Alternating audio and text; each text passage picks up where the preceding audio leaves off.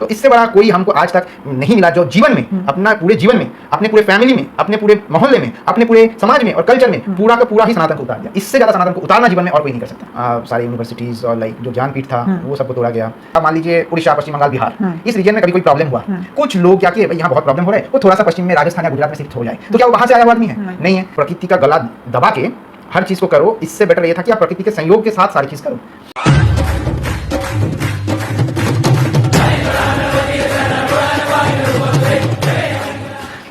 नमस्कार सभी देशवासियों को, वापस आपका स्वागत है हमारे इस YouTube चैनल पे। तो उम्र में हम मुझसे बड़ों को मेरा प्रणाम। तो आज शुरू करते हैं आज का वीडियो। आज का वीडियो में हमारे साथ फिर एक बार हमारे साथ गौतम मालाकार जी हैं। नमस्कार सर आपको। तो इस वीडियो में हम लोग आज का जो चर्चा करने वाले हैं, ये कुछ प्रश्न सामने आए हैं आज के जो ये ST हैं, ये हमारे जो तपस्वी जाति के जो लोग हैं उनके ऊपर। कई उनके ऊपर कोई मतलब स्पष्ट तथ्य नहीं मिल पा रहा है इस तरीके का कि वहाँ पे कोई कह रहा है कि ये भारत के मतलब पूर्व आदि निवासी हैं, ये लोग भारत में पहले से। कहीं पर ये तथ्य मिल रहे हैं कि वो भारत के आदिवासी नहीं हैं, वो माइग्रेट होकर यहाँ पे आए हैं। तो इसको थोड़ा सा समझने की कोशिश करेंगे हम लोग कि ये मामला है क्या एक्चुअली। तो सर कुछ ये जो तथ्य आ रहे हैं, तो क्या इनमें कहीं कहीं कहा जा रहा है उनको कि ये भारत के मूल निवासी नहीं हैं, ये लोग माइग्रेटेड हैं, ये लोग बाहर से आए हुए लोग हैं। और अभी जो वर्तमान स्थिति है उसके उन्हें तो कोई तो ऐसा भी इनको मान रहे हैं कि ये यही भारत के मूल निवासी हैं, मतलब पहले से यही रह रहे हैं, जिसकी वजह से कभी कभी इनको आदिवासी के नाम से भी जाना जाता है, जो आजकल का जो संथाल या फिर ST जो शेड्यूल्ड ट्राइब्स हैं। तो मतलब ये कहाँ तक क्या है इसके पीछे का? जो आप जो पूछ रहे हो, यानी कि जो छोटानागपुर प्लेटू जिसको कहते हैं, यहाँ पे जो जनजाति रहते हैं, इन्हें ज़्यादातर टाइम पे आदिवासी कहा जाता है। और या फिर इन लोगों का जो समूह है, इनके साथ जो लोग सिमिलर हैं लेकिन दूसरे जगह में रहते हैं, तो इन लोगों को इस क्षेत्र में, जो ईस्ट इंडिया में क्षेत्र में आदिवासी या शेड्यूल्ड ट्राइब कहा जाता है। सो अगर आप सही से देखेंगे तो कोई भी जनजाति या फिर जो भी तपशीली जाति है, ये ज़्यादातर प्रकृति से जुड़ा हुआ है। इनका कल्चर जो है वो प्रकृति के साथ कनेक्टेड है। ज़्यादातर ये जहाँ थोड़ा सा घना जंगल है या फिर थोड़ा सा क्या बताऊँ, जहाँ पे प्रकृति बहुत ज़्यादा समृद्धशाली है, वो वहाँ पे रहते हैं। तो क्यों ऐसा है, या फिर इनका जो स्वभाव है वो भी प्राकृतिक लाइफस्टाइल को जीने का है। इन सब का एक बहुत बड़ा रीज़न यही है कि इनका जो ओरिजिन है। सो यहाँ पे दो चीज़ बहुत इम्पोर्टेंट है कि ये लोग यहाँ पे कितना दिन से रह रहे हैं, इनका जीवन शैली ऐसा कैसे हुआ, या फिर इनका जो कल्चर है ये कैसे इवॉल्व हुआ। अगर कहीं आपको ये इन्फॉर्मेशन मिल रहा है कि ये लोग कहीं से माइग्रेट होकर आया है, तो फिर ये लोग आदिवासी कैसे हुए, तो इन सब सवाल का जवाब लेने के लिए आपको फिर हिस्ट्री में जाना पड़ेगा, आपको इन लोगों का ओरिजिनल कल्चर देखना पड़ेगा। तो कुछ कड़ी को आप जोड़ेंगे तो फिर इसका आपको आंसर मिलेगा। तो जहाँ तक ईस्ट इंडिया या नॉर्थ ईस्ट इंडिया, इन सब जगह में, या फिर छोटानागपुर प्लेटू, इन सब जगह में जो ST रहते हैं, इनका जो मेन लैंग्वेज है उसको आज के दिन में ओल्चिकी भाषा कहा जाता है, यानी कि ओल्चिकी लैंग्वेज। तो ये यानी कि ये जो लैंग्वेज, ये लास्ट कुछ सालों से पहले तक भी ये लैंग्वेज सिर्फ बोलचाल का ही लैंग्वेज था, इसमें लिखने का कोई स्क्रिप्ट नहीं था। एक बहुत महानुभव है जिनका नाम मुझे अभी याद नहीं आ रहा है, जिन्होंने इसका स्क्रिप्ट बनाया और फिर इस कल्चर को मेन स्ट्रीम कल्चर के साथ इंटीग्रेट करने का बहुत अच्छा कोशिश किया और काफ़ी हद तक अच्छा अभी तक का सफल रहा। लेकिन जब ये भाषा के ऊपर जब चर्चा होने लगा, जब इस भाषा को, जब ग्लोबलाइजेशन का टाइम आया, बहुत सारे देश विदेश की भाषाओं से कनेक्टेड होने लगे लोग, तब मालूम चला कि ये भाषा बाहर के एक देश का एक क्षत्रिय भाषा, एक क्षेत्र का जगह का भाषा से बहुत मेलजोल खाता है, और बाकी मेलजोल की नहीं है, वहाँ का ही भाषा का ही ये रूट्स है। तो बताया जा रहा था कि इनका जो शैली है ये वो मिडिल ईस्ट से उठ के आया हुआ है इधर। नहीं, मिडिल ईस्ट से नहीं, ये ईस्ट एशिया से आया है। अच्छा, मिडिल ईस्ट हो गया आपका जो अरब कंट्रीज़ है, अरब, ईरान, इराक, लेबनान या फिर सीरिया, ये हो गया मिडिल ईस्ट। ये जो एरिया से बिलोंग्स करता है, ये जो लैंग्वेज एक्चुअली ये कंबोडिया, कंबोड एरिया से। सो फिर ये कैसे संभव है? तो ये संभव ऐसे ही है जब इसका खोजबीन लगा, जब इसके बारे में पता चला, तब पता चला कि जो वहाँ के जो लोग थे, अगर आप देखेंगे तो वहाँ का जो प्राकृतिक जो परिवेश है वो बहुत ज़्यादा समृद्धशाली है। पेड़, फल, फ्रूट्स, जंगल और जो जीवन है वो प्रकृति से बहुत ज़्यादा जुड़ा हुआ। कुछ भी प्रॉब्लम हो तो उनके पास जो जंगल है उन्हीं से उनका सोल्यूशन निकल जाए। अगर किसी को कोई जुकाम हुआ या फिर किसी को कोई बुखार हुआ तो उन लोगों को सब मालूम है कौन सा पेड़ का क्या लेना है, क्या करना है, मतलब जंगल का A to Z उनको मालूम है। तो उनका जो जीवन शैली है वो प्रकृति से जुड़ा हुआ एक रिच कल्चर है। लेकिन कुछ ऐसा हुआ आज से लगभग 4000 साल पहले, लगभग मे भी उससे पहले, जो रीजन चाइना आज कहा जाता है, उस रीजन का जो राजा लोग था वो उनका क्षेत्र से पश्चिमी या दक्षिण पश्चिमी क्षेत्र में बार बार अटैक करने लगे, क्योंकि इनका जो कल्चर है वो रिच कल्चर होने लगा। तो इन लोगों के पास में जब बार बार अटैक होने लगा तो ये लोग बहुत शांतिप्रिय लोग हैं। अगर आप सच में इनका जो समाज है अगर जाएंगे, आप उन लोगों के साथ रहेंगे तो आप महसूस करेंगे कि आप जिसको बोलेंगे ना कि पीस लविंग, इससे ज़्यादा पीस लविंग कम्युनिटी एकदम नहीं है। खुद में रहना पसंद करते हैं, खुद में रहना, मतलब उनको, हाँ, मतलब वो किसी से जाएंगे नहीं, किसी से झगड़ा नहीं, वो अपने में बहुत खुश है वो लोग। उनको कोई चीज़ से उनको प्रभावित नहीं कर सकता, कोई चीज़, वो अपने में बहुत खुश रहता है। उनका जीवन हमेशा प्रकृति से जुड़ा रहने से वो बहुत अच्छा महसूस करते हैं। हाँ, लेकिन अब क्या हुआ, वो जब बार बार देखा कि हमारे ऊपर बार बार आक्रमण होने लग रहे हैं, तो वहाँ पे भी जो लोग थे उनमें से भी जो लोग बहुत ज़्यादा शांतिप्रिय हैं वो थोड़ा सा और पश्चिम की तरफ माइग्रेट होने लगे। तो ऐसे जब होने लगे तो बार बार वो अटैक और भी आगे आने लगा। ऐसा नहीं कि सारे लोग आगे, कुछ लोग छोड़ के आने लगे। ऐसे कर करके वो लोग जब आने लगे तो वो फिर पहुँचे लास्ट में छोटानागपुर प्लेटू में, क्योंकि वहाँ का जो रिच एनवायरनमेंट है वो उनके जैसा सूट किया। तो उन्होंने वहाँ पे फिर अपना वो बनाया। फिर आसपास, ये बहुत साल, आज से 4000-5000 साल पुरानी बात है। तो इस सिचुएशन में जब उन्होंने अपना कल्चर को डेवलप किया, उन्होंने अपने आप को यहाँ के सारे जो कल्चर है उनके साथ अपने आप को आगे बढ़ाया और धीरे धीरे इसी जगह में इंटीग्रेट हो गए। तो आपका प्रश्न रहेगा कि फिर ये आदिवासी कैसे हुआ, ये तो बाहर जगह से आया है। लेकिन नहीं, ये बाहर जगह से नहीं आया है, क्योंकि ये जो भारत है वो उनका दायरा तो अब कंबोडिया तक था। सो कंबोडिया, कंपोचिया, लाओस, सुमात्रा, ये पूरा एरिया आपका भारत में, अखंड भारत के नजरिए से देखे तो वो भारत का हिस्सा है। तो वो क्या कर रहा था, वो दूसरे जगह नहीं जा रहा था, वो अपने ही देश में थोड़ा सा और पश्चिम की तरफ जा रहा था। तो आज जैसे मानिए कुछ आपको आप मान लीजिए उड़ीसा, पश्चिम बंगाल, बिहार, इस रीजन में कभी कोई प्रॉब्लम हुआ, कुछ लोग क्या किए, भाई यहाँ बहुत प्रॉब्लम हो रहा है, वो थोड़ा सा पश्चिम में राजस्थान या गुजरात में शिफ्ट हो जाए। तो क्या वो बाहर से आया हुआ आदमी है? नहीं है। तो अब फिर क्या वो आदिवासी है? वो वहाँ के भी नहीं है, लेकिन हाँ वो आदिवासी भी है। वो किस नज़र से? वो पूरे भारत के नज़र से आदिवासी है। लेकिन वो कहाँ गया? गुजरात में गया या फिर राजस्थान में गया, तो वो अपने ही देश में गया। तो ये जो सोच है, ये सोच एकदम गलत है। तो ये पूरा जो एरिया है, ये पूरा एरिया तब का भारत ही था। आज कालक्रम में पॉलिटिक्स जो है, ये पॉलिटिक्स ने क्या किया, सब डिवाइड कर दिया। अब जहाँ जहाँ में क्षेत्र में आप देखेंगे, अगर छोटानागपुर टू अगर कंबोडिया जाएंगे तो आपको 3-4 देश होके जाना पड़ेगा। ये क्या है? ये सिर्फ और सिर्फ आपका एक पॉलिटिकल पावर के द्वारा सिर्फ आपका जो संसाधन है या फिर आपका जो फ्रीडम है उसको तोड़ा गया।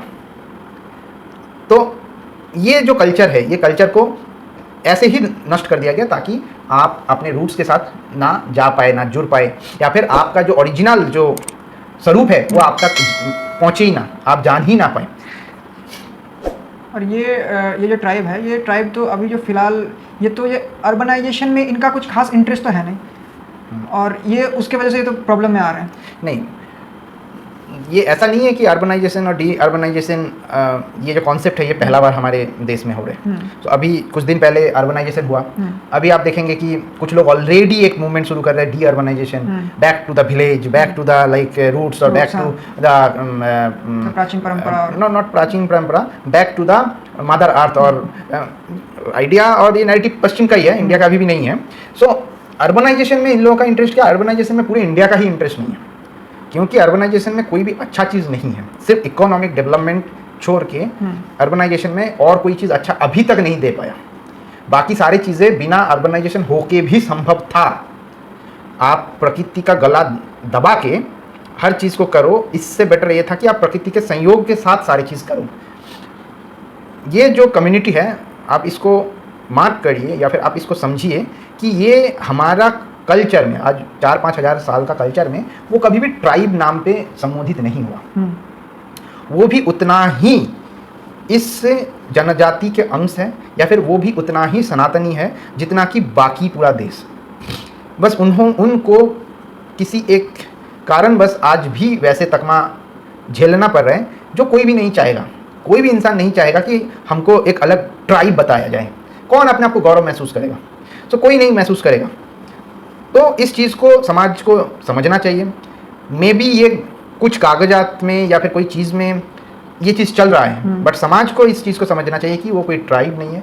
उन लोगों तक भी ये बात पहुंचना चाहिए कि वो लोग इस चीज़ को समझे कि नहीं, वो कोई ऐसा ट्राइब नहीं हो, साधारण जैसा बाकी इंसान वैसा ही वो इंसान है। अगर उनको इस चीज़ से अगर उनको इस चीज़ से कोई बेनिफिट मिल रहा है तो उससे प्रॉब्लम नहीं है, ठीक है। लेकिन उनको एक ठप्पा लगाना, उनको एक अलग देखना, समाज से उनको अलग देखना, ये गलत है। तो वो अलग नहीं है, वो एक ही है, क्योंकि वो हमारे ही देश में, हमारा जो बृहत देश प्रदेश था, उसी में वो एक जगह से एक जगह स्थानांतर हुआ।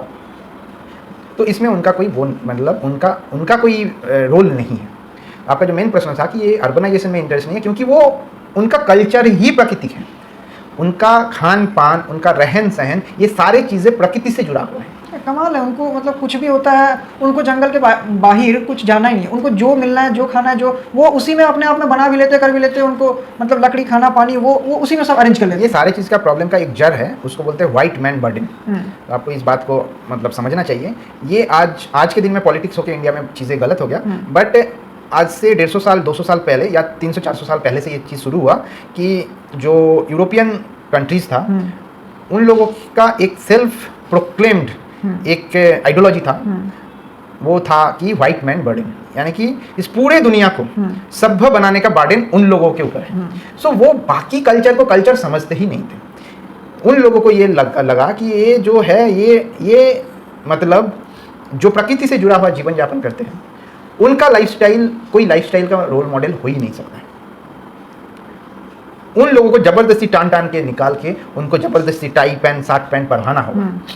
जो चीज़ उन्होंने अफ्रीका में किया, आपको इस चीज़ को अच्छे से देखना चाहिए कि वो अफ्रीका में क्या किया और इंडिया में क्या किया, दोनों में अंतर है। उस कैटेगरी में जो लोग प्रकृति से जुड़ा हुआ जीवन बिताते थे, उनको उन्होंने एज ए स्लेव ट्रेड किया। इंडिया में नहीं कर पाया। अगर उनका बस चलता तो इंडिया से भी वो करता। सिर्फ इंडिया से ना करने का रीज़न ये था, इंडिया में आके देखा कि यहाँ के लोग बहुत ज़्यादा प्रोडक्टिव हैं, यहाँ बहुत ज़्यादा वैश्चर्य है, वैभव है, समृद्धि है।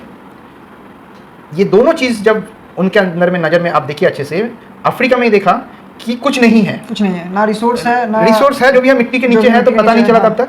बाहर में लोगों के द्वारा क्रिएटेड वेल्थ नहीं है, कुछ नहीं है। यानी कि वहाँ बहुत ज़्यादा कल्टीवेशन हो रहा है, नील चाष हो रहा है, नील का खेती हो रहा है, गन्ने का खेती हो रहा है, या कपड़े का वो हो रहा है, कपास हो रहा है, ऐसा कुछ नहीं हो रहा है। क्योंकि वहाँ पे लोग अपना जीवन को सिर्फ और सिर्फ जंगल में ही, उनका जीवन का सब कुछ ठीक चल रहा था, उनके हिसाब से वही ठीक था। तो देखा यहाँ कुछ लेने का नहीं है, तो एक ही रिसोर्स है, ह्यूमन रिसोर्स। तो उनको उन्होंने ट्रेड करना, बहुत ज़्यादा स्लेव्स ट्रेड हुए थे पूरे एकदम वेस्ट पे पूरे। वही चीज़ इंडिया में आके वो नहीं इसलिए हुआ क्योंकि इंडिया में लोग देखा प्रोडक्टिव काम कर रहे, तो उनके नज़र गया बाकी वेल्थ में रेदर देन ह्यूमन रिसोर्स। अगर इंडिया में भी वैसे ही जीवन जीते तो वही हालत होता। तो आप समझ के देखिए, यहाँ के कोई भी हो, सो वो इस जगह के साथ अपने आप को डेवलपमेंट के रास्ते में भी आगे ले गया। तो इन लोगों को भी जब वो लोग 100-150 साल यहाँ पे राज कर लिया, तो एक आइडिया उन लोगों के अंदर आया कि इन्हें भी सभ्य बनाना उनका ही जिम्मेदारी है। सारा प्रॉब्लम का जड़ वहाँ ही है, इस चीज़ से शुरू हुआ। इसके साथ कन्वर्शन भी है, इसके साथ चर्च का प्रोसेस भी है, बहुत सारा चीज़ है, ताकि उनको सभ्य बनाने का नाम पे उनको मेन स्ट्रीम जो पूरे भारत का उपमहादेश का जो जनजाति था उनसे अलग किया जाए। आप अगर किसी को अलग कर दोगे तो एक साइकोलॉजिकल प्रेशर बनता है, एक मेंटल प्रेशर बनता है कि हम तो अलग हैं, तो हम बाकियों से अलग है। तो यहाँ पे दो चीज़ आएगा, फिर हमारा कल्याण कौन करेगा? हम बाकी लोग तो अलग हैं, हम अलग हैं, वो तो अपना सोचेंगे, हमारा कौन सोचेगा? बहुत सारा मेंटल एक ट्रॉमा आ जाता है। ये सारी चीज़ें क्या करता है, उनके अंदर में मन में ऑटोमेटिकली एक बैरियर क्रिएट कराता है। सो डिवाइड एंड रूल का जो मेन मोटिव है वो ही है पॉलिटिक्स, किसी को अलग करने का मेन मोटो यही है कि ताकि हम पॉलिटिकली जीते। तो पॉलिटिक्स का और एक छोटा सा भी आप इसका अनुवाद कर लीजिए, यानी कि राजनीति होता है। तो मेरे हिसाब से राजनीति का मतलब एकदम सिंपल है कि जो दूसरे के ऊपर राज करने के लिए जो जो नीति लेना चाहिए उसको बोलते हैं राजनीति। सो उस इतना घनौना चीज़ इस दुनिया में और कुछ पैदा नहीं हुआ, जिसको आप पॉलिटिक्स कह लो या फिर राजनीति कह लो। राजनीति इंसान ही करता है, कोई भी प्राणी नहीं करता है, कोई दूसरा प्राणी वो नहीं करता है, पेड़ पौधे राजनीति नहीं करता है। अब देखो कि ह्यूमन क्रिएशन का सबसे खतरनाक, इसके द्वारा कोई भी अच्छा काम नहीं हुआ है। पॉलिटिक्स इस दुनिया में, पृथ्वी को घूम लीजिए 4-5 बार, आपको कोई भी अच्छा काम नहीं मिलेगा जो पॉलिटिक्स ने किया है। घूम फिर के जाएंगे, साइंस किया है, या फिर आदमी का कोई समाज चेतना किया है, या फिर उनका सेवा भाव किया है, या फिर उनका धर्मपरायण भाव किया है, या फिर उनका ज्ञान किया है, लेकिन पॉलिटिक्स नहीं किया। राजनीति के मंशा से कुछ राजनीति का टोटल सिस्टम ही उससे कुछ अच्छा निकला ही नहीं है। सिर्फ एक ही चीज क्या निकला, विष। हर जगह में आदमी आदमी के अंदर में कन्फ्लिक्ट, छोटे बड़े की लड़ाई कराना और क्रिएट करना मिलती। छोटा बड़ा पॉलिटिक्स से ही क्रिएट होता है। तो खत्म करने का जो चीज़ का ज़रूरत है वो पॉलिटिक्स, बाकी जो चीज़ ठीक होना है वो ऑटोमेटिक हो जाएगा। जहाँ तक डिवाइड करने की बात है रिसोर्स का, रिसोर्स ऑलरेडी रिसोर्स डिवाइड है। जो मेन रिसोर्स है जनजाति का, वो है उनका कल्चर, उनका लैंड, उनका जंगल। ये आज का नहीं है, ये पॉलिटिकल सिस्टम ब्रिटिश टाइम से ही चीज़ों को छीन लेना शुरू किया। ऐसे मतलब आप एक चोर को सजा दे सकते हो क्योंकि वो चोरी किया है, लेकिन अगर ऐसा रूल बन जाए कि घर से चोरी करना जायज़ है तो फिर चोर को तो सजा नहीं होगा। तो ब्रिटिशर्स ने ऐसा ही चीज़ किया। उन्होंने क्या किया, उनको जो करना था उसका उन्होंने रूल एंड रेगुलेशन बनाया तरीके में, और फिर उन्होंने वो सारी चीज़ को छीना। रूल्स एंड रेगुलेशंस के नाम पे उन लोगों के पास से ज़मीन छीना गया। रूल्स एंड रेगुलेशंस के नाम पे उन लोगों का जो रिच कल्चर था वो छीना गया। उन लोगों का जो साइंस था, उन लोगों के पास जो सबसे ज़्यादा साइंस का है वो है जंगल का हर एक चीज़ का नॉलेज। कौन से पौधा से क्या होता है, कौन से जगह में क्या होता है, कौन सा मिट्टी में क्या होता है, कौन सा बीमारी में कौन सा पेड़ पौधा काम आता है या उसका रूट्स काम आता है, ये सारी चीज़ें बहुत ज़्यादा इंपॉर्टेंट था। उनको वहाँ से निकला गया, समझाया गया कि आपका नॉलेज है ही नहीं, आपका शिक्षा है ही नहीं। उनका जो कल्चर यानी कि उनका जो पहनावा, उनका जो डांस फॉर्म, उनका जो गीत, ये सारे चीज़ को उनसे धीरे धीरे प्रैक्टिस करने से रोका गया। ये तो पूरे भारत के जो भूखंड था उसमें ही हुआ, जब वो इन्वेजन हुआ ब्रिटिश इंडिया कंपनी का एस्टेब्लिशमेंट हुआ, ईस्ट इंडिया कंपनी का, तो उसके बाद से तो ये चीज़ें होने लगी। जो भारत के जो मूल जो कल्चर था उस कल्चर को दबाया गया, उसमें वेस्टर्नाइजेशन को थोपा गया, जो एजुकेशन सिस्टम था उस सिस्टम को पूरी तरह से रिप्लेस कर दिया गया। एग्जैक्टली। ये तो वो तो करते रहे। देखिए पुराना एजुकेशन सिस्टम भी बोलेंगे तो जो जनजाति आप जिसको कह रहे हो या फिर जो ये कैटेगरी का लोग होते थे, उनको ये एजुकेशन सिस्टम से मतलब ही नहीं है। हाँ, वो तो इनको नहीं है। इनको जबरदस्ती ये एजुकेशन सिस्टम में धकेला गया। इनको जबरदस्ती इंग्लिश सिखाया, इसको जबरदस्ती बाकी सारे सब्जेक्ट के नाम पे उनका जो जीवन था उनसे उनका जीवन शैली छीन लिया गया। उनका जो मेन प्रैक्टिसेस है उसको करने से रोका गया ताकि वो उनका प्रैक्टिसेस को ना वो कर पाए। उनका ही प्रैक्टिस से आज अगर आप जाएंगे तो देखेंगे जो ओझा है, तो ओझा उनका ही देन है, लेकिन उनको नेगेटिवली प्रमोट कर दिया गया कि अगर ओझा, क्यों ओझा था? क्योंकि उनके पास हर चीज़ का सोल्यूशन था, उनके पास हर प्रॉब्लम का सोल्यूशन था। इसीलिए उनका जो कल्चर है उस कल्चर को बंद नहीं करेंगे तो बाहर का जो मेडिकल साइंस है, बाहर का जो आया हुआ केमिकल बेस्ड जो मेडिसिन है, ये सब चीज़ों को तो यहाँ प्रमोट नहीं कर पाएंगे। तो ये चीज़ और भी रिसर्च करने का बात है कि उनका जो था, उन्होंने जो चीज़ को रिसर्च करके जंगल में घूम के जो निकाला था वो अभी लगभग खोने के कगार में है, जो उस कम्युनिटी को भी नहीं पता है, जो वो कम्युनिटी भी नहीं जानता है कि उनके पास क्या था। सिर्फ और सिर्फ उनको कुछ चीज़ों में आज उनको ब्रेन में उनको सिर्फ डाल दिया गया। आप देखेंगे सबसे ज़्यादा जो पेड़ लगाने का काम है, सबसे ज़्यादा जो पेड़ का रक्षणावेक्षण का काम है, जंगल का जो शिकार रिलेटेड काम है, इन सब में वो बहुत ही निपुण होते हैं। अब अंडमान निकोबार इन सब जगह में भी देख लीजिए, लगभग सेम ही है। उनका जो ये जो भेषज जो ज्ञान है ना, ये मैंने देखा आज से लगभग 1-2 साल पहले मैं वीडियो देख रहा था। तो एक बच्ची जो होती है वो आंध्र प्रदेश के उधर ऐसे ही जनजाति के बीच में वहाँ वो लोग रहते हैं, वो जंगल के बीच में 2-3-4-5 घर लेके। तो उसमें उस दौरान क्या होता है, उनको उनका वही है, जंगल में भिन्न भिन्न जो प्राणी रहे, सांप ये वो, तो क्या होता है लड़की ना वो एक किंग कोबरा से खेल रही होती है। तो क्या होता है, अब वो किसी कारणवश उसको काट लेता है। तो अब हमारे यहाँ पे क्या होता है, हमारे यहाँ पर अगर किसी को सांप ने काटा तो क्या होगा, उसको अभी ले जाना है, उसको एवीएस देना है, एवीएस लगाते रहना है। अब उसमें अगर फिर भी मतलब कैजुअलिटी हो जाती है, टाइम में नहीं ले जाना है, तो क्या क्या उन्होंने ना उनको लड़की आई, उसका बाइट हुआ था, वो उसको सुलाया गया, फिर उन्होंने ना कुछ बनाया, कुछ जड़ी बूटी निकाली, कुछ बनाया, खिलाया और वहाँ पे थोड़ा लगाया। शाम तक में लड़की एकदम नॉर्मल, वो थोड़ा सा मतलब थोड़ा सा क्या बोले, वो थोड़ा सा मतलब डाउन फील करने लग गई थी जब वो आई, मतलब उसको काटा गया, वो आई वहाँ से, मतलब घर से थोड़ा पास में ही उसके साथ हुआ, उसके साथ खेल रही थी साथ। तो ऐसा जब हुआ, वो आके लेट गई, तो उसको कुछ मूवमेंट दिया गया और वहाँ पे घाव पे लगाया गया, तो उससे शाम तक में लड़की ठीक हो गई। ये वीडियो है यूट्यूब पे भी। तो इसका मतलब आज जो दिखाया जाता है, ये जो दिखाया जाता है कि ये किसी आज जो इस तरीके से प्रचार किया जाता है कि सांप काटने पे किसी ओझा के पास ना आ जाए, अपने नज़दीकी हॉस्पिटल में जाए, ये आज के दौर में ये चीज़ है, आज हॉस्पिटल ही ज़रूरी है, क्योंकि वो कल्चर नहीं ख़त्म कर दिया गया। हाँ, क्योंकि इसीलिए ख़त्म कर दिया गया ताकि वो कल्चर बहुत अपने आप में बहुत समृद्धशाली था।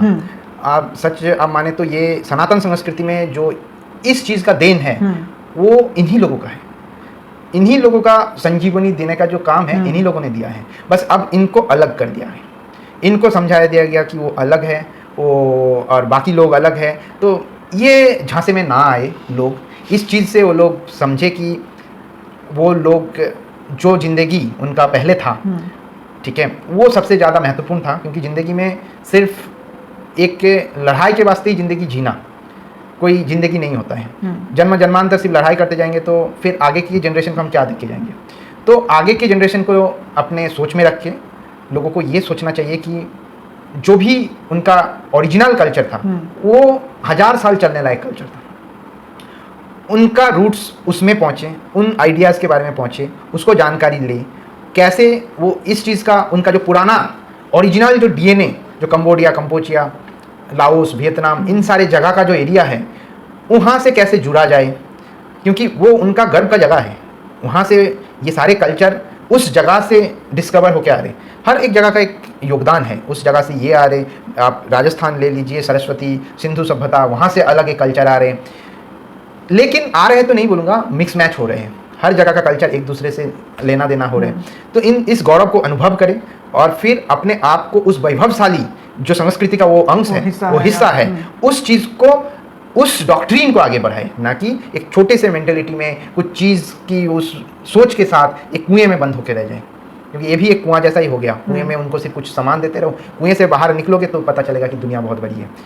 ऐसे तो एक्चुअली जो इन्वेजन्स हुए हैं उनकी वजह से सिर्फ दिखाया जाता है कि ये मुगल्स का इन्वेजन हुआ, जब सुल्तान का इन्वेजन हुआ, फिर जब ब्रिटिशर्स आए तो इन्होंने भारत की संपत्ति को लूटा, लेकिन भारत की मिट्टी में जो प्रोडक्टिविटी है, भारत की जो संपत्ति गई तो गई, उससे कुछ नहीं आता जाता, क्योंकि ये मिट्टी है प्रोडक्टिव, इससे वो धन संपत्ति दौलत शौहरत वापस बन जाती। लेकिन ये जो बार बार इस तरीके से जो मतलब आक्रमण हुए हैं, इसके कारण से क्या हुआ, जो भारत की जो संस्कृति है, जो एक विचारधारा थी, जो एक सुंदर जो समाज था, ये ट्रॉमा में जाते गया, इसमें विभाजन आते गए। इस वजह से मतलब जो मेन जो थी एकदम मेन चीज़, जो भारत का जो भूखंड को, जो अखंड भारत का जो सोच, जो विचारधारा थी, जो संस्कृति थी, जो इसकी परंपरा थी, वो खत्म हो गया। अब वो खत्म होने के कारण इस मतलब इंसान से इंसान की दूरी बढ़ गई। कुछ लोगों का फिर तो ये जो बहुत कुछ आए थे उधर से, इस्लामिक इन्वेजन हुआ, इस मिशनरीज इन्वेजन हुआ, इसके कारण ये जातियों में बंटना, ये अलग अलग तरीके का जो अभी जो हम देख पाते हैं, जो कम्युनिटीज़ बन गई है, हिंदू, मुस्लिम, फिर क्रिश्चियन, तो ये सब ये जो इन्वेजन के साथ साथ हुआ, ये तो पैसे धन दौलत से जो बड़ा जो था, इस देश की परंपरा को तोड़ा गया। परंपरा से भी ज़्यादा इंपॉर्टेंट है कि इस देश का संस्कृति को खत्म कर दिया गया। इनके पास जो ज्ञान था पहले, वो तो बहुत लंबी कहानी है कि कैसे सारी चीज़ को वो किया गया, सारे यूनिवर्सिटीज़ और लाइक जो ज्ञानपीठ था वो सबको तोड़ा गया। तो उसके बाद से प्रॉब्लम क्या हुआ, जो समाज का संरक्षण था वो टूट गया। तो पकड़ के रखने का जब चीज़ें समाज में नहीं रहा तो अंधेरा आ गया। इज़ लाइक करेंट, अगर आपके गाँव में इलेक्ट्रिसिटी है ही नहीं तो गाँव अंधेरा हो जाएगा। तो फर्स्ट क्या किया ना, पावर कट किया। पावर कट क्या है, सबसे ज़्यादा मेन इंपॉर्टेंट पावर कट है ज्ञान को। तो जैसे ही आप ज्ञान पीठ को काट दोगे तो ऑटोमेटिकली क्या होगा, समाज में अंधेरा छा जाएगा। अब अंधेरा में किसी एक को मार रहे हो तो बाकी लोग देख नहीं पा रहे, ऐसे करके आप सबको मार दो, करके धीरे धीरे तो सभी खत्म। आप किसी को कुछ भी समझा दो अंधेरा ही तो है, समझा दो वो कि 3 माले का बिल्डिंग कर दिया है, जाकि वो नहीं किया है, उसका 3 माले का बिल्डिंग तो टूट गया, लेकिन तुमको समझे हाँ वो बना लिया इतना बड़ा, अरे भाई हमको भी चाहिए और कुछ नहीं है, बस सिर्फ अंधेरा छा गया। सबसे ज़्यादा इंपॉर्टेंट जो चीज़ है अभी जो लाना है वो है ज्ञान, वो है रोशनी। कहीं से लाइट तो आए, कहीं से रोशनी तो आए, सारी चीज़ से पर्दा टूटे। अगर कोई गलती है, किसी ने कोई गलती किया है तो कोई बात नहीं, उसको ठीक कर लिया, सुधारना होगा। तो उस गलती को लेके तो बैठ के उसको उसी को मतलब सच मान के या फिर उसको ही पकड़ के रख के कोई फायदा नहीं। और हमारे यहाँ का कल्चर वो है नहीं। हमारे सनातन संस्कृति का कल्चर सबसे ज़्यादा महत्वपूर्ण कल्चर ये है कि जो एक कोई सीख अगर बच्चा से भी लेना है तो वो लेना सिखाता है। तो अगर आपके पास कोई तर्क ऐसा है जो मानने लायक है, जो सुनने लायक है, और वो आपसे बहुत छोटे जगह से भी आ रहे हैं ना क्यों, किसी भी कीमत में, हाँ। लेकिन वो एक्सेप्ट किया जाए, एक्सेप्ट करना है। लेकिन अगर कोई बहुत बड़े औहदे में भी बैठा है, स्वयं भगवान क्यों ना हो जाए, लेकिन वो मानने लायक नहीं है, तर्क संगतिपूर्ण नहीं है, तो फिर उसको भी रिजेक्ट कर नहीं किया जाएगा। वो कोई शास्त्रों में भी क्यों ना लिखा हो, उसको एक्सेप्ट नहीं किया जाता है। तो वैसे ही है। तो आज ये तो मूल हम जिस पे आज पहुँचे सिद्धांत पे कि जिनको आदिवासी भारत का भी कहा जा रहा है वो माइग्रेटेड हुए जरूर थे, लेकिन अपने ही देश में एक जगह से एक जगह तक आए थे। उनका कल्चर के साथ हमारे कल्चर अलाइंड है, यानी कि दोनों प्रकृति से जुड़ा रहना ही सनातन है। वो तो सनातन और सबसे ज़्यादा बड़ा सनातनी वो लोग ही है, क्योंकि उनका अगर आप अगर कॉन्सेप्ट आप देखेंगे आप, तो उनका जो भगवान है, उनका बड़ा सबसे बड़ा भगवान है मारांगुरु। तो मारांगुरु का मतलब ही है द ग्रेट माउंटेन। सो प्रकृति को पूजा कर रहे हैं ना, वो किसको पूजा कर रहे हैं? मारांगुरु का मतलब ही है द ग्रेट माउंटेन। सो वो एक पर्वत या फिर हिमालय या फिर पहाड़ को पूज रहे हैं। सो ये तो सनातन का बेसिक हिस्सा है, पहाड़ को पूजना, नदी और पेड़, ये तीनों को ही वो पूजते हैं। तो अगर वो ये तीनों को पूजते हैं तो इससे बड़ा सनातनी और कौन हो सकता है? और वो हमेशा जुड़ा रहते हैं प्रकृति से। तो इससे बड़ा कोई हमको आज तक नहीं मिला जो जीवन में, अपना पूरे जीवन में, अपने पूरे फैमिली में, अपने पूरे मोहल्ले में, अपने पूरे समाज में और कल्चर में पूरा का पूरा ही सनातन को उतार दिया। इससे ज़्यादा सनातन को उतारना जीवन में और कोई नहीं कर सकता। बस उसको गलत समझाना, उसको ये दिखाना कि ये पूजा पाठ और ये मंदिर ये सब, अरे वो खुद सनातन है, वो खुद सनातनी है, उनको इसका ज़रूरत भी नहीं है, क्योंकि वो जिनको पूजा कर रहे हैं वो खुद ब खुद वो सनातन को ही पूजा कर रहे हैं। अगर वो इस चीज़ को समझ लें तो फिर इस चीज़ का कोई, तो इसका मतलब हम ये नहीं बोल रहे कि वो मंदिर में नहीं आ सकता या फिर उनका इसमें वो नहीं है, क्योंकि पूजा का तरीका अलग है और कुछ नहीं है। उनका पूजा का तरीका जीवन जीने में है, और यहाँ पे पूजा का तरीका एक समय विशेष में उस चीज़ को अनुष्ठान आदि में है और कुछ नहीं है। उनका पूजा का वे भी यहाँ एक्सेप्टेड है, ऐसा नहीं कि नहीं है। बस इस चीज़ को डायलॉग और लोगों के बीच में अंडरस्टैंडिंग, अंधेरा दोनों साइड में भी है, दोनों क्या हर साइड में है। तो जहाँ पे समाज में कल्चर का बात हो रहे हैं वहाँ पे भी वो है कि जो लोग यहाँ पे अपने आप को सनातनी बोल रहे हैं उनको नहीं समझ में आ रहा है कि वो लोग ऑलरेडी सनातनी है और अपने जीवन में वो पूरी तरीके से उतार दिया है। अगर दोनों साइड में इस चीज़ का क्लियरेंस हो जाए, जीवन जीने का जो शैली है उस चीज़ का जो भेद है वो कोई बड़ी भेद नहीं है और वो हमारे यहाँ एक्सेप्टेड है। वो ही है विविधता। विविधता और कुछ नहीं है। यहाँ अभी जो चलता है बाजार में विविधता में एकता, ये सब जो चलता है वो कम्प्लीटली फॉल्स नैरेटिव है। विविधता वही है, उनका जीवन जीने का शैली अलग, जो गांव में दूसरे जगह रहते हैं उनका शैली अलग, लेकिन दोनों ही कम्प्लीटली एक ही थाली के चट्टे बट्टे हैं। क्योंकि हमारे यहाँ जो उपासना पद्धतियाँ हैं वो भी अलग अलग हैं, लेकिन जो सब जाके तो मिलते एक ही जगह पे। वो तो पूजा पद्धति की बात तो अभी है नहीं। विविधता किस चीज़? विविधता है जीवन शैली का। हाँ, वो अपनी लाइफ को अपनी तरीके से लीड कर रहे हैं। वो कभी अभी प्रॉब्लम कहाँ? प्रॉब्लम वो व्हाइट मैन बर्डन कि सबको एक जैसा बनाना है, कोट पैंट सबको पहनाना है, सब लोगों को एक जगह बिठाना है। अरे सब लोग एक जगह नहीं बैठेगा भाई, सबका अपना अपना क्यों बैठे? सबको एक भगवान को ही पूजा कराना, ये भी एक तरीके से विविधता का उल्लंघन है या फिर उस चीज़ को खत्म करना है। तो इस चीज़ को समझना चाहिए। ये एक रिच कल्चर है, उन सारे लोगों तक समाज को आगे जाना चाहिए और एक इंटीग्रेटेड फुल सोसाइटी फिर से बनाना चाहिए। क्योंकि अभी तक जो साइंस के नाम पे जो देन है, एक फिर अलग एपिसोड हो जाएगा। साइंस के नाम पे जो देन है, अभी तक साइंस के नाम पे कोई भी अच्छा चीज़ हमें भेंट में नहीं मिला। ह्यूमैनिटी को साइंस के द्वारा अभी तक बहुत अच्छा कुछ रिजल्ट नहीं मिला। लोग देखेंगे कि ये सारे वैभव है, ये सब है, बट उनको इस चीज़ में आना पड़ेगा कि उनके पास जो चीज़ था ये ऑलरेडी बहुत ही उच्च साइंस का चीज़ था, प्रैक्टिकल साइंस का था। उन्होंने प्रैक्टिकली उस चीज़ को अप्लाई लाइफ में कर करके इस चीज़ को निकाला। ठीक है, तो ये तो कॉन्सेप्ट पूरा क्लियर हो ही गया होगा दर्शकों के पास। तो अगर इस वार्तालाप से जुड़े हुए कोई प्रश्न आपके मन में जाग रहे हैं तो कमेंट बॉक्स में हमसे अवश्य पूछें। हम कोशिश करेंगे आपके प्रश्नों का उत्तर आपके सामने लाने की कोशिश करेंगे। और देखते रहें, हमारे साथ जुड़े रहें। आने वाले वीडियोज़ को भी आशा करूँगा कि आप देखते रहें। तो मिलते हैं आपसे हमारे अगले वीडियो में। जय हिंद, वंदे मातरम, जय राम जी की। जय हिंद, वंदे मातरम, जय राम जी।